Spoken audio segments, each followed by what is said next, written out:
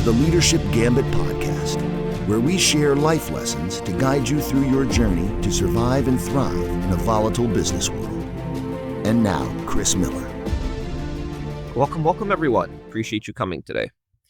And I'm actually really excited about today's episode for a couple of reasons.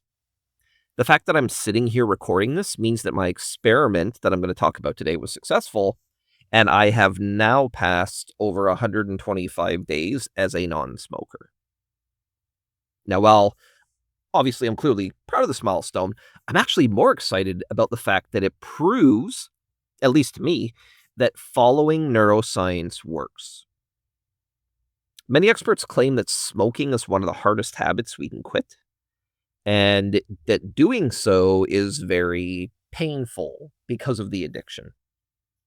That was why I chose to tackle this specifically, because of how difficult it is. Today, as we talk about hacking bad habits, I'm going to take you through my journey into how I painlessly quit smoking after more than 25 years, what tactics I used, and what was happening in my mind. I'm hoping that through my story, you will hear things that resonate with you and that you can apply for yourself, leading to the change or the result that you're looking for. Let's start a bit with my background about my smoking addiction, just to set the context. I started when I was a teenager, when I was going through a whole screw authority and anyone who tells me what to do phase. Unfortunately, I also hung around with people who were smokers, and wanting to fit in, I kept doing it until eventually it wasn't just a social thing anymore, and I found that I was doing it even when I was alone. Since then, I've gone through phases where I smoke more and I smoke less, but I've never stopped. Even when I was sick with pneumonia, I would find a way to power through and keep smoking. Even if it was at a much more reduced rate, I would still find reasons in a way. A few years ago, I started on a personal development journey, I'll call it, and it was really to clean up my health habits. And so I started to exercise and I started to eat cleanly.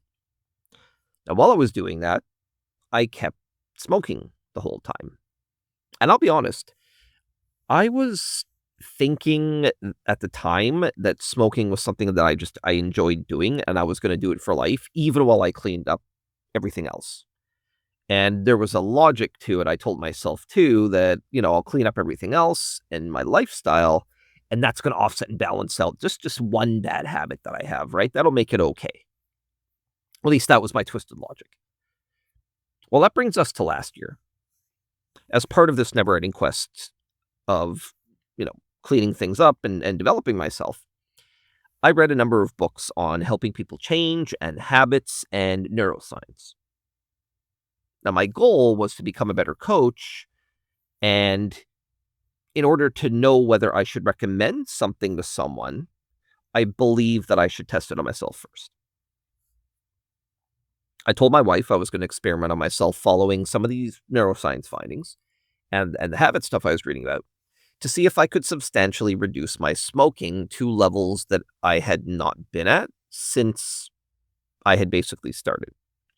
Well, or, after that ramp up period before I started doing it heavily. And as a non-smoker, she was thrilled for me to take on this experiment, of course, and offered to help in any way she could. I started using a few of the techniques that we're going to talk about shortly.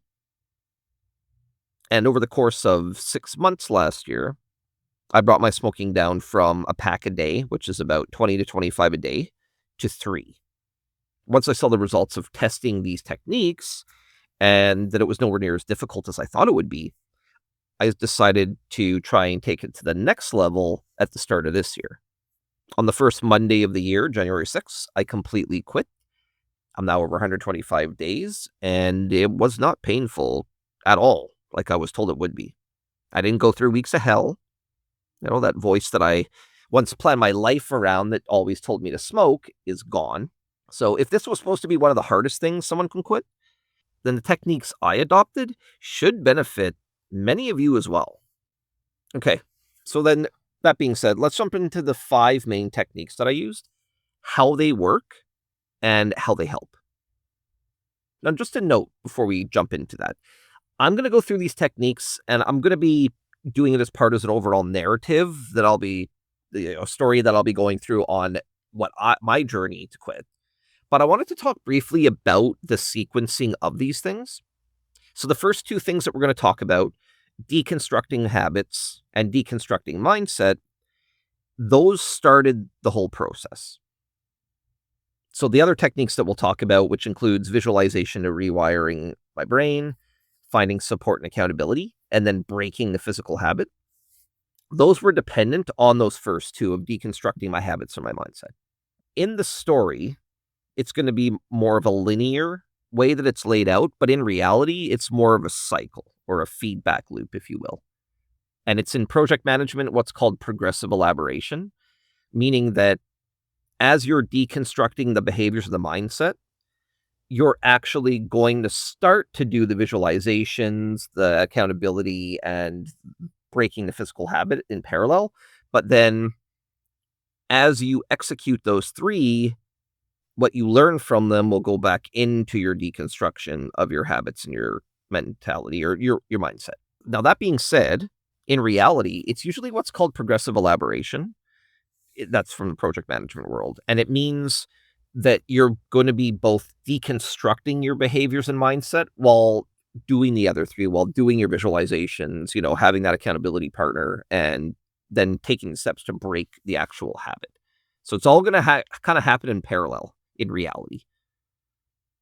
So basically, you do a bit of planning, you execute, you learn from the execution, and then you go back to your plan and you update your plan.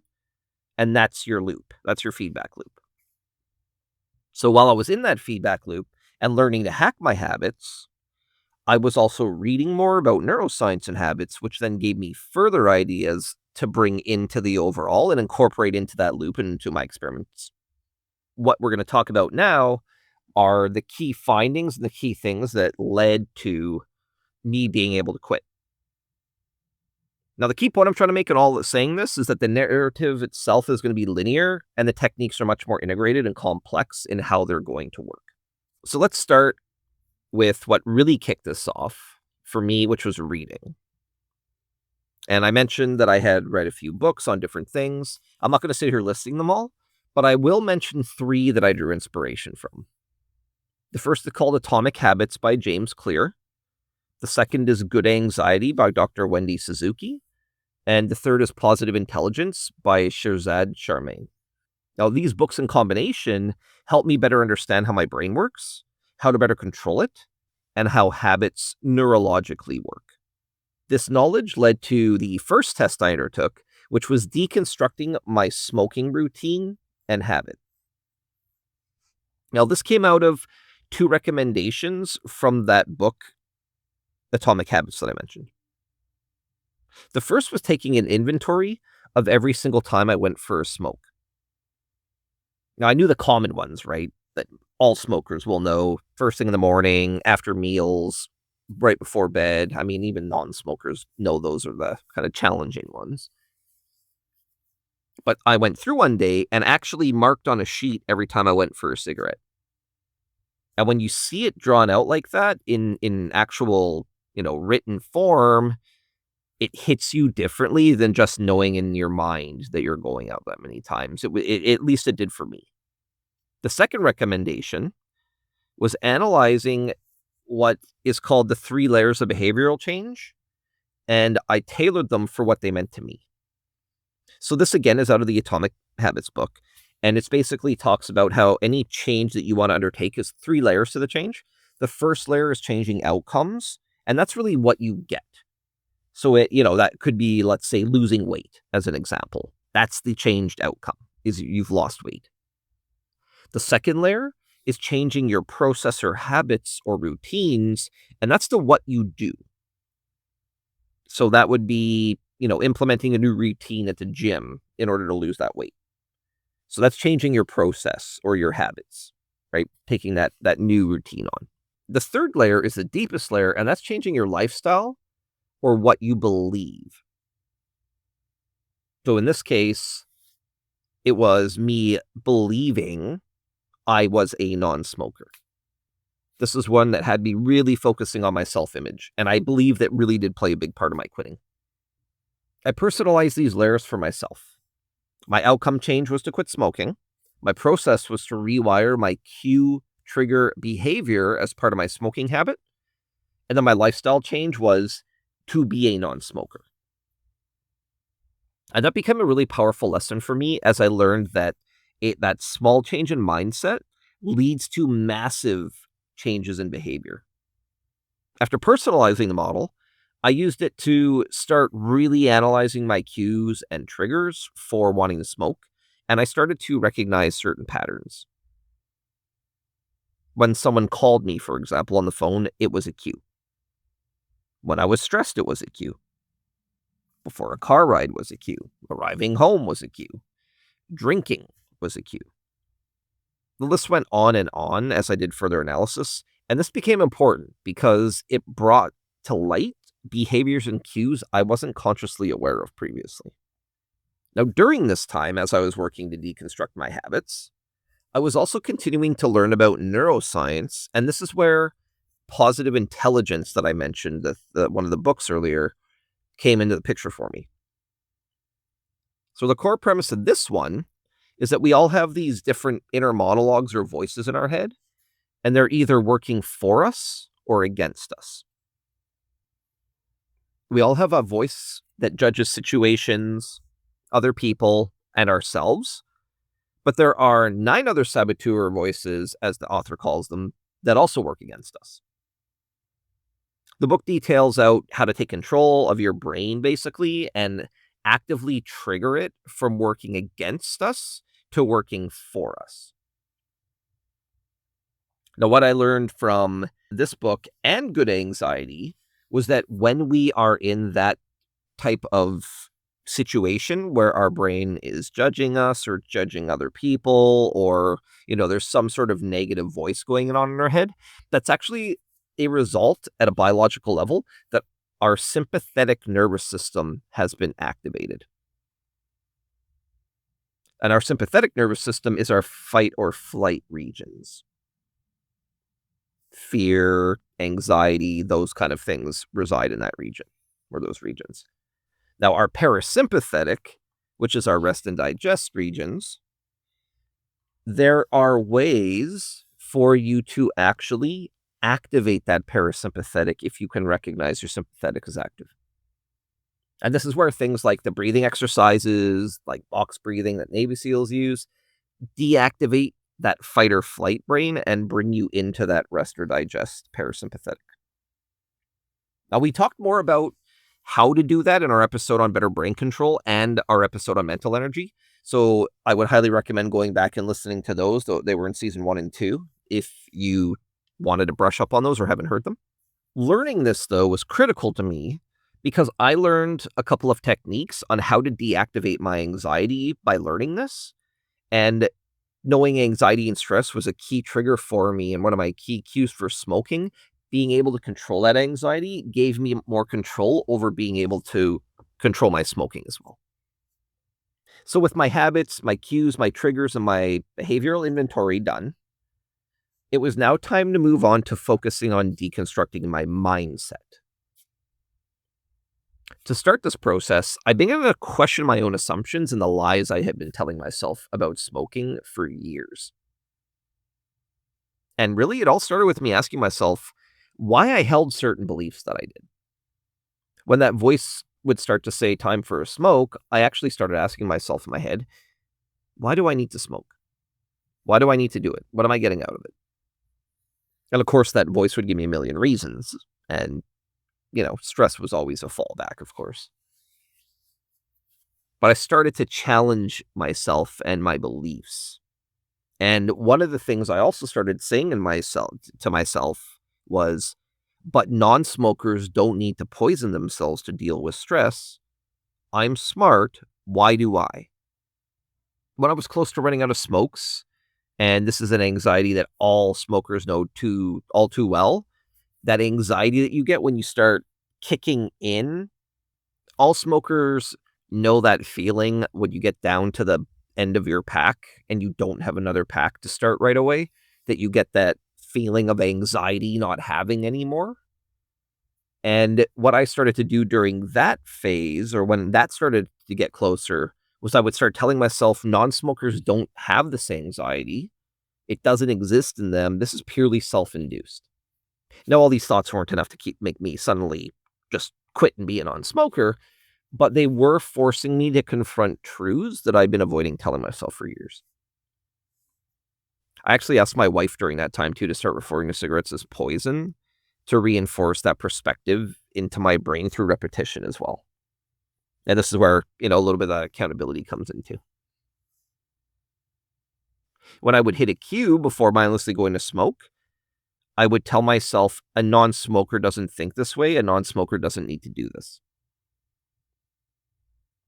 Now, one major realization that had a large impact on me was finally recognizing that I was spending half my life planning around my ability to poison myself. I was trying to make sure that I was timing things so that if I couldn't smoke for an hour or more, I had one like at the last possible second. And as soon as I got to the other side, it would be the first thing that I did as soon as I got out. It was a reward almost, so to speak, which is nonsense now that I look back on it. But non-smokers don't have to poison themselves just because they arrive somewhere or are leaving to go somewhere.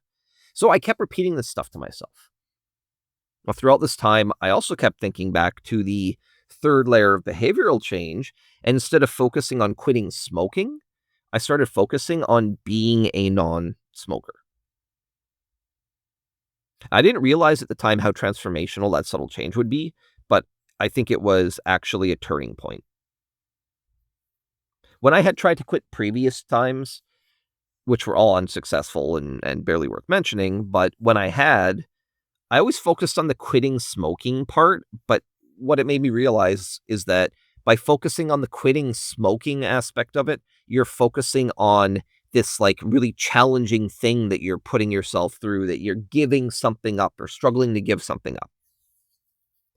Once I shifted my perspective to focusing on being a non-smoker as my lifestyle, I wasn't thinking in terms of giving up anymore. I was now thinking of terms of working towards something or achieving something, which changed the way I looked at it. I'll be honest, this is a hell of a lot more motivating to me and helped me redefine my future image for myself to include being a non-smoker.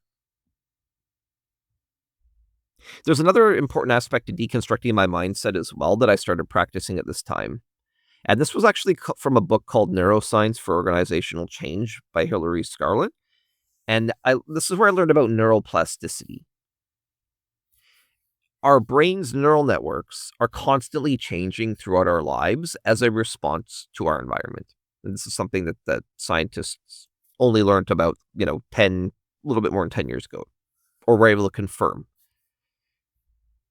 So what they've determined through this neuroplasticity was that even though you might be 80 years old today, you could start practicing something, and if you're still alive by 90 and you've been practicing it, you'll be good at it.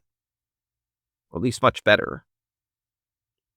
What this really hammered home to me, though, was that so many of these limits that we put on ourselves are just self-imposed limits that are really just driven by our own mindset. Like we're our own worst enemies.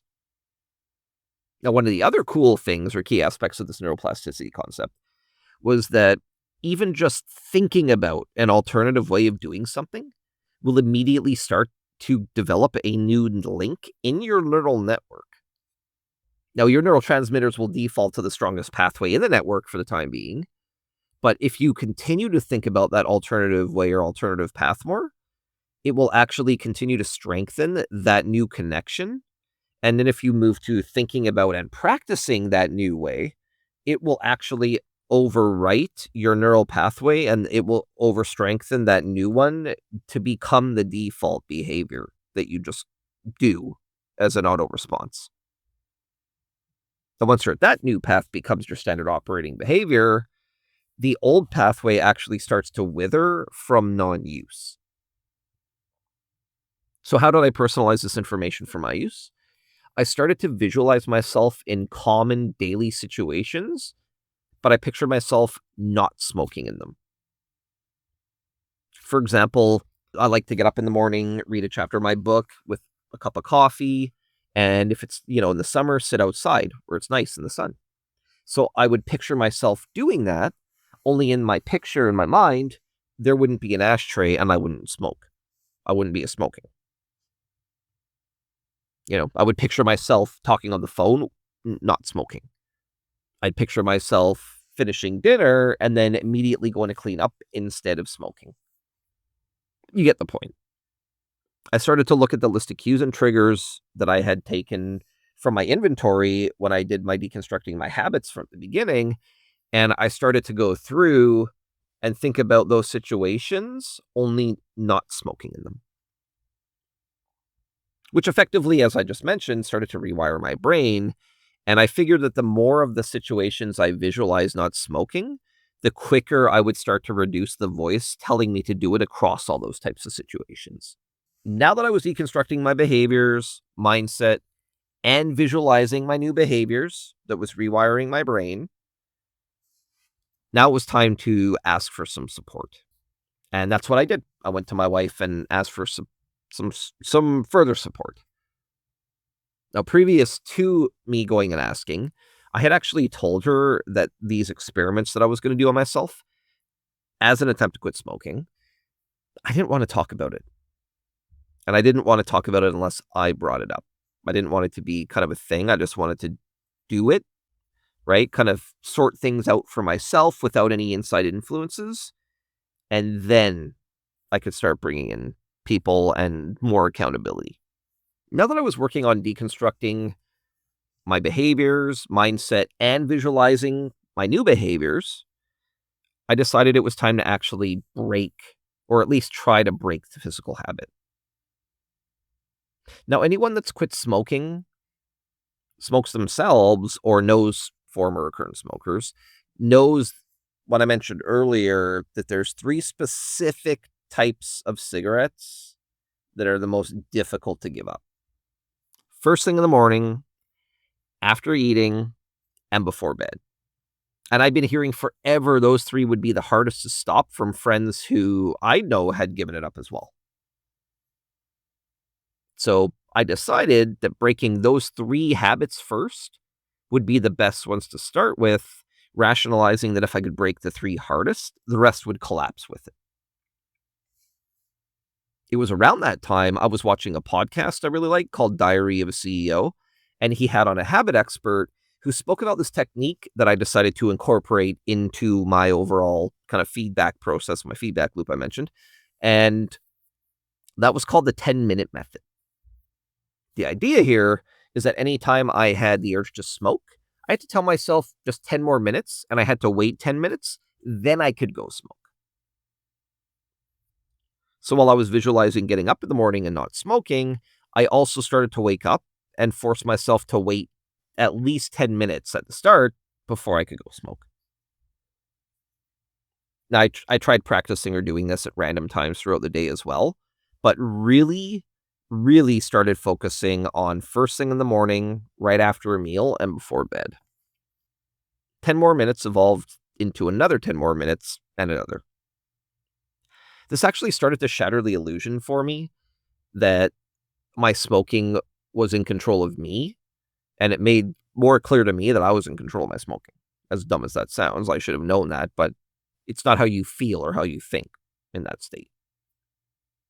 But what I did was I started playing a game with myself at that point to see how many times I could go in a row to do another 10 minutes.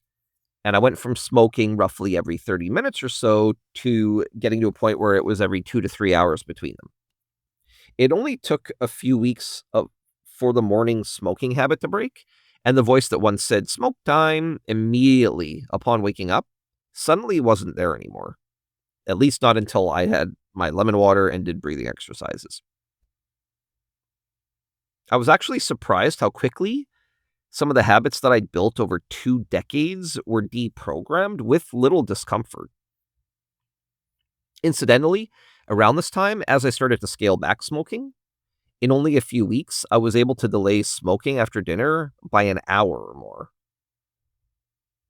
I noticed that my workouts and exercises were getting a little easier as well, and I wasn't winded as quickly. And I actually remember I was deep into a volume training lift session one day, And I had this kind of flash of inspiration, and it was just this massive, massive burst of positive energy. And it was connected to a thought I had about being a non-smoking version of myself in the moment. And I actually think this was huge because that feeling was then a motivator for me, and it energized me to try to take things to the next level because I started chasing wanting that feeling of that kind of burst of happiness being a non-smoker again. Now, at this point, my smoking was coming down in that, and I decided it was time to ask my wife for some much more hands-on support. Previously to this, I had told her I was going to do some experiments on myself as an attempt to quit smoking, but I didn't want to talk about it unless I brought it up. I just felt like I needed to sort things out for myself without any inside influences to start. Now, I need some accountability, and since I was smoking less, delaying more, and taking more control over the habit, it was time. One day, I just basically woke up and handed my pack to my wife and said, "From now on, I want you to ration me to 3 a day. If I ask for more, don't fight me on it, but let's try limiting to 3 a day." Now, she happily agreed, of course, and over the next few months, I was rationed to 3 a day. So I would have my first one around mid-morning, my second would be mid-afternoon, and my last would be 2 to 3 hours after dinner. Doing this guaranteed that all 3 of the hardest habits to break were all broken. I won't lie, there were weeks that I had an extra 1 or 2 on some days, but it was never consistent. 3 was consistent. During this time, my smoking dropped from a pack a day to a pack a week. That voice telling me to smoke spoke a lot less. All my experiments seemed to be working. This was the least amount I had smoked in over a decade. Over the next few months, as I kept to 3 a day, a couple realizations hit me. The first was that I may have only been smoking 3 cigarettes a day, but it was starting to feel like I was planning my day around those 3 cigarettes. And there were times where I would literally be counting down the minutes till I could smoke. Sometimes I would use that 10 more minute method to distract myself long enough to stop thinking about it, but I inevitably would again. The second big realization I had was that if I only needed 3 cigarettes a day, why did I even need them at all? Non-smokers don't even have a voice telling them to smoke, ever. There was no reason that couldn't be me too. I have to say a big shout out, thank you to my wife during this time. She was supportive, not pushy or judgy, and that was so critical and helped me successfully quit. She was also very empathetic when I slipped, which I did some days. So, appreciate you. Now, that brings us to the beginning of this year. I was still on my 3 a day, but was really starting to question why I was even doing it that much. On a friend's recommendation, I read the book Dr. Alan Carr's Easy Way to Stop Smoking.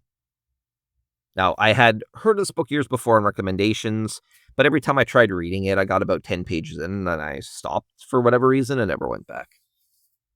This time, though, I read it all the way through, and it basically validated a lot of the thoughts that I'd been having, and it forced me to kind of break down some of my own psychology a little bit further behind, reasons why I smoked.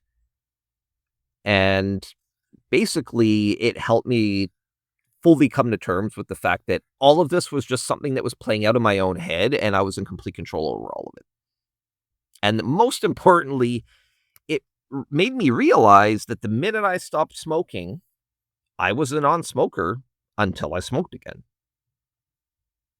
And that was actually the final trigger for me that flipped my brain to kind of that non-smoker identity permanently. I finished the book Monday, Jan 6th, and it's now over 130 days since I touched a cigarette. I have no cravings. I had almost no withdrawal symptoms, and I was able to contain most of the struggle and challenge to the battle within my own head. That voice telling me to smoke is 95% gone. I mean, I won't lie, it occasionally pops up once or twice a week, but It's very easy to ignore now, and I know my brain has been rewired as a result of my standard operating behaviors changing. As an example, I no longer care if a building has a smoking area or if a hotel room has a balcony. I don't get anxious traveling anymore because I can't smoke while I'm traveling. I only get anxious traveling because traveling sucks. Well, the traveling part sucks. Being at a new place doesn't. But I know I won't go back to smoking ever again at this point because that voice is gone. What remains is in dying days. And most importantly, thanks to neuroscience, I know I have complete control over it now. And I hope that my story helped you realize that you can take control for yourself as well as I did. And that is how I hacked my worst habit and stopped smoking. If you're looking to try and hack or break your own habit, try following the same model I did. Maybe you'll have some luck. Start by deconstructing your habits, making them visible to you. Then deconstruct your mindset by challenging your current views. Visualize yourself in familiar situations, but reacting differently.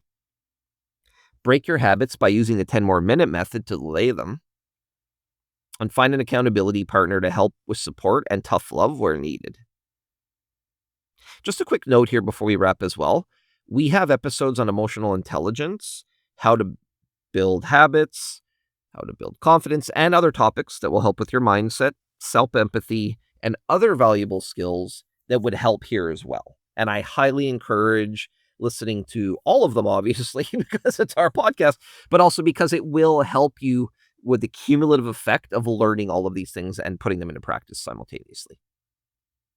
And with that, thank you everyone for joining today.